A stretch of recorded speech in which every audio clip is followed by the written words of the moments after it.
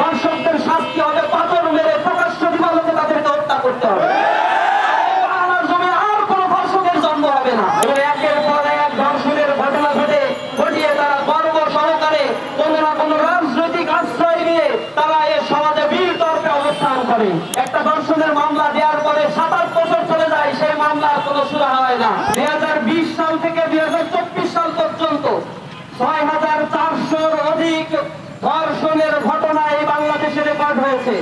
আমরা এক লজ্জিত বিবর্ণ চেহারা নিয়ে আজ আপনাদের সামনে কিছু যুবক হাজির হয়েছি যারা খুবই লজ্জিত হচ্ছি। একটি স্বাধীন ভূখণ্ড, 50 বছরের অধিক যে সময় আমরা পার করেছি, এরপরে এসে আমাদের দেশে ধর্ষণের বিরুদ্ধে মানববন্ধন করে এদেশের কর্তা ব্যক্তি এবং এদেশের মানুষদেরকে সচেতন করার জন্য আমাদেরকে ধিক্কার জানাতে হয়। আমরা লজ্জিত হয়ে পড়েছি। আজ যখন আসিয়ার দিকে আমরা তাকাই, তিনি বাইরের কোনো মানুষের দ্বারা দর্শিতা হন নাই, তার ঘরের মধ্যে ওই নারীর জন্য নিরাপদ অবস্থান তৈরি করতে সমাজ ব্যবস্থা পারে নাই। এটা আমাদের জন্য বড়ই লজ্জার, এটা আমাদের জন্য বড়ই লজ্জার একটি বিষয়। আমরা লক্ষ্য করেছি এই ধর্ষণের সংস্কৃতি বাংলাদেশে নতুন নয়। 2016 সাল থেকে 2020 সাল পর্যন্ত সরকারের হিসেব মতে এই দেশে 26,695টি ধর্ষণের মামলা রেকর্ড হয়েছে। 2020 সাল থেকে 2024 সাল পর্যন্ত 6400-র অধিক ধর্ষণের ঘটনা এই বাংলাদেশে রেকর্ড হয়েছে, যার মধ্যে দিয়ে 3471টি ঘটনা ঘটেছে যেখানে 18 বছরের কম নারীদেরকে ধর্ষণের শিকার করা হয়েছে। কিন্তু আমরা এর কোনো বিচার পাই নাই। গত ফেব্রুয়ারি মাসের ঘটনা, শুধুমাত্র গত মাসের ফেব্রুয়ারি মাসে 72 শিশু এবং 117টি নারী নির্যাতন, নারী ধর্ষণের ঘটনা সহ 189টি নারী নির্যাতনের ঘটনা এই স্বাধীন ভূখণ্ডে পত্রপত্রিকার মাধ্যমে আমরা জানতে পেরেছি। সুতরাং ধর্ষণের এই ঘটনা নিত্য নৈমিত্তিক একটা ব্যাপারে পরিণত হয়েছে বাংলাদেশে। এটি একটা ট্রেডিশন, একটি কালচারে পরিণত হয়েছে।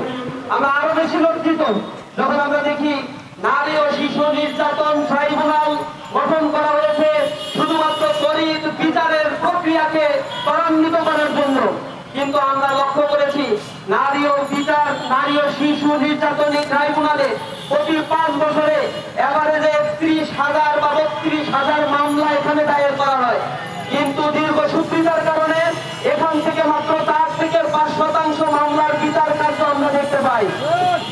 বাকি 95% কেসের ক্ষেত্রেই এই ধর্ষক চরিত্রহীন মানুষগুলো তারা বিচারহীনতার কারণে তারা জামিন নিয়ে আমাদের সমাজেই বসবাস করছে এবং একের পর এক ধর্ষণের ঘটনা ঘটিয়ে তারা গর্ব সহকারে কোন না কোন রাজনৈতিক আশ্রয় নিয়ে তারা এ সমাজে বীর তর্পে অবস্থান করে।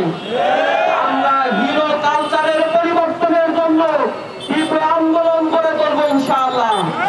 ইসলামী ছাত্র শিবির বলতে চাই, বাংলাদেশের নারীদের মর্যাদাকে সমুন্নত করার জন্য ইসলাম যে মর্যাদা দিয়েছে, ইসলামী আইন যে বিধানের কথা বলেছে, আপনারা আজকে দেখেছেন নারীরা মিছিল করে বলছে ধর্ষকদের সর্বোচ্চ শাস্তি আর মৃত্যুদণ্ড দিতে হবে। এটা 1550 বছর আগে ইসলাম বলে দিয়েছে ধর্ষকদের শাস্তি হবে পাথর মেরে প্রকাশ্য দিবালোকে তাদেরকে হত্যা করতে হবে। বাংলার জমি আর কোন ধর্ষকের জন্ম হবে না। সংস্কৃতি আমরা দেখি না। একটা ধর্ষণের মামলা নিতে গেলে যে কাহিনী করা হয়, একটা ধর্ষণের মামলা দেওয়ার পরে 7-8 বছর চলে যায়, সেই মামলার কোনো সুরাহা হয় না।